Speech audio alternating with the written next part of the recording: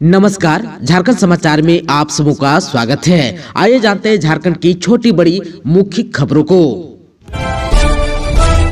झारखंड में फिर फंसेगी 3000 शिक्षकों की नियुक्ति। झारखंड में 80 उत्कृष्ट और 325 आदर्श विद्यालय में लगभग 3000 शिक्षकों की नियुक्ति होगी।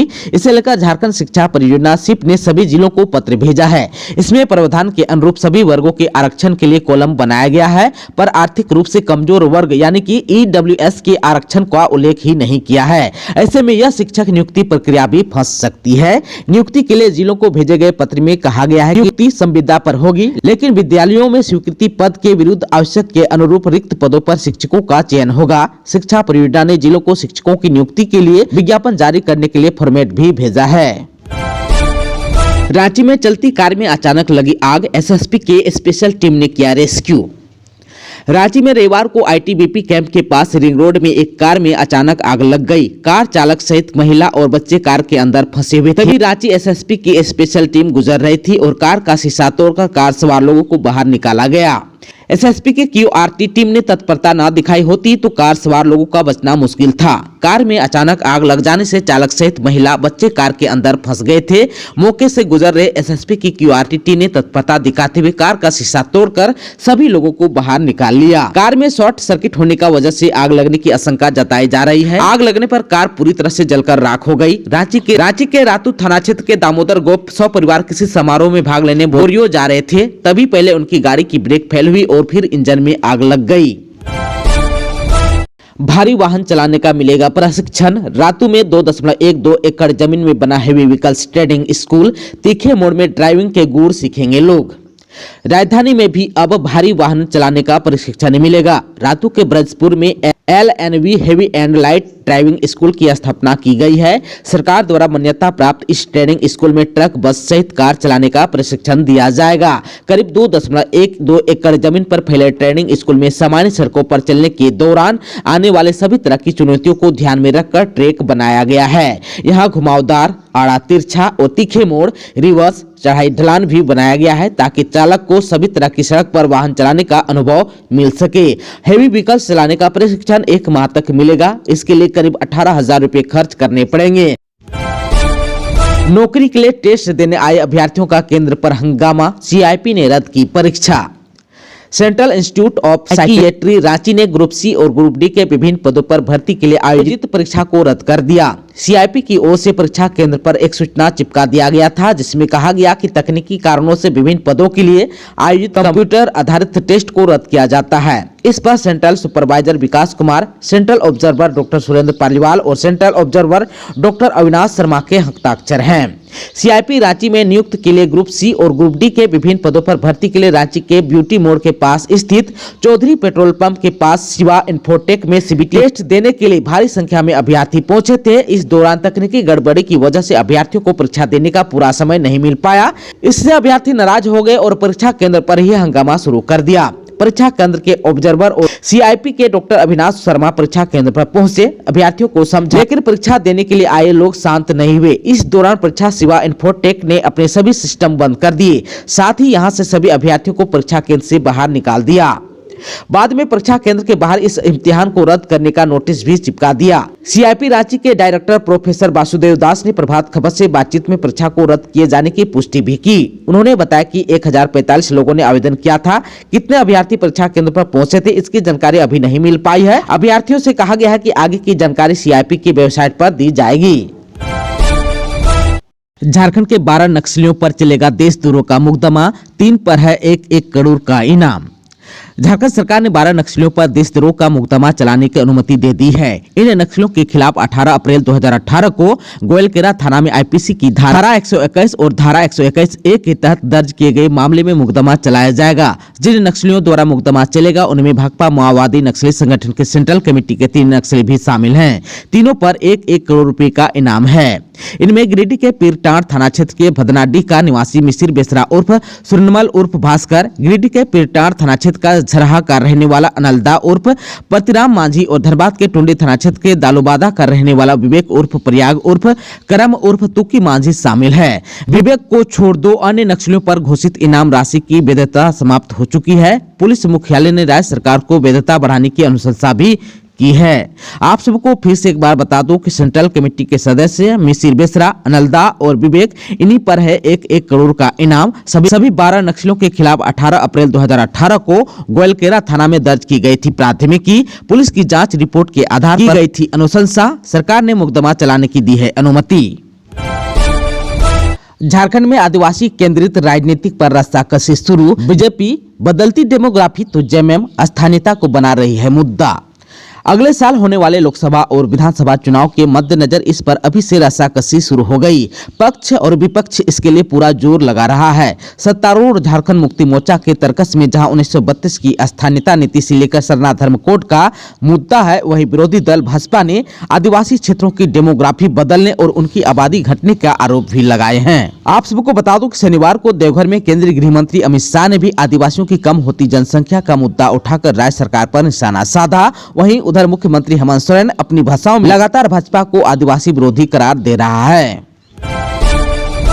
केंद्र सरकार की बड़ी कार्रवाई, चीन से लिंक रखने वाले 200 से ज्यादा ऐप पर बैन लगाने की प्रक्रिया शुरू। चीन से लिंक रखने वाले ऐप्स पर बड़ी कार्रवाई हुई है। केंद्र सरकार ने 138 सट्टेबाजी ऐप्स और 94 लोन देने वाले ऐप्स को बैन और ब्लॉक करने की प्रक्रिया शुरू कर दी है। ये कार्रवाई गृह मंत्रालय से बातचीत के आधार पर इलेक्ट्रॉनिक्स और सूचना प्रौद्योगिकी मंत्रालय ने की है। अंगीभूत कॉलेजों में अब इंटर की नहीं होगी पढ़ाई। 635+2 स्कूलों में 200 करोड़ खर्च कर बनेंगे क्लासरूम। 72 कॉलेजों में पढ़ रहे 1 लाख से अधिक स्टूडेंट होंगे ट्रांसफर। अब तक राज्य के 72 ऐसे अंगीभूत कॉलेज हैं जहां इंटर की पढ़ाई कराई जाती है। अगले वित्तीय वर्ष में ऐसा नहीं होगा। सभी अंगीभूत कॉलेजों से इंटर की पढ़ाई को समाप्त किया जाएगा।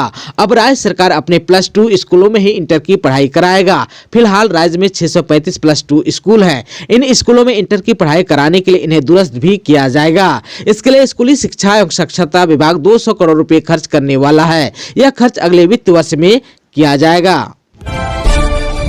5000 सरकारी स्कूलों में डेवलप होंगे किचन गार्डन। मध्याह्न भोजन की थाली में होंगे ऑर्गेनिक साग सब्जियां। मनरेगा के तहत बनाए जाएंगे पोषण वाटिका।